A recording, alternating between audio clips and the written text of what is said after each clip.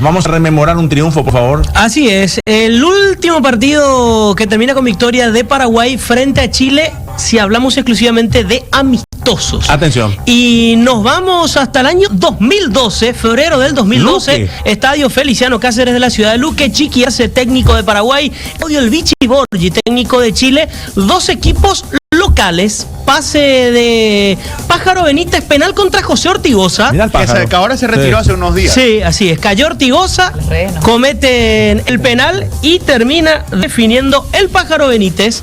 Minuto 45. Terminaba el primer tiempo, llegó el gol del Pájaro. 1-0 ganaba Paraguay en ese momento. El pájaro bien atento, bien ubicado.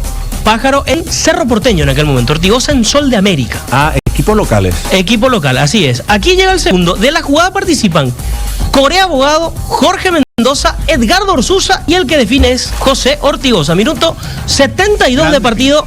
Paraguay derrotaba a Chile 2-0. Paraguay jugó aquel partido con Diego Barreto, Tomás Bartomeu, Salustiano Candia, Julio Mansur, Enrique Mesa, Osvaldo Obecker, César Llamas, Eric Ramos, Pájaro Benítez, Luis Caballero y José Ortigosa. Realmente una selección local en todo sentido. Sí, vemos algunos de los nombres. La última victoria de Paraguay contra Chile fue en la Copa América 2021. Sí. Gol de Brian Zamudio, que hace 3 años estaba jugando en la selección, no podemos olvidar eso, y de Miguel Almirón, que ahora mismo es uno de los de más penal, criticados. ¿verdad? De penal termina convirtiendo. Entonces, la última victoria que se dio ante Chile fue hace 3 años en la Copa América.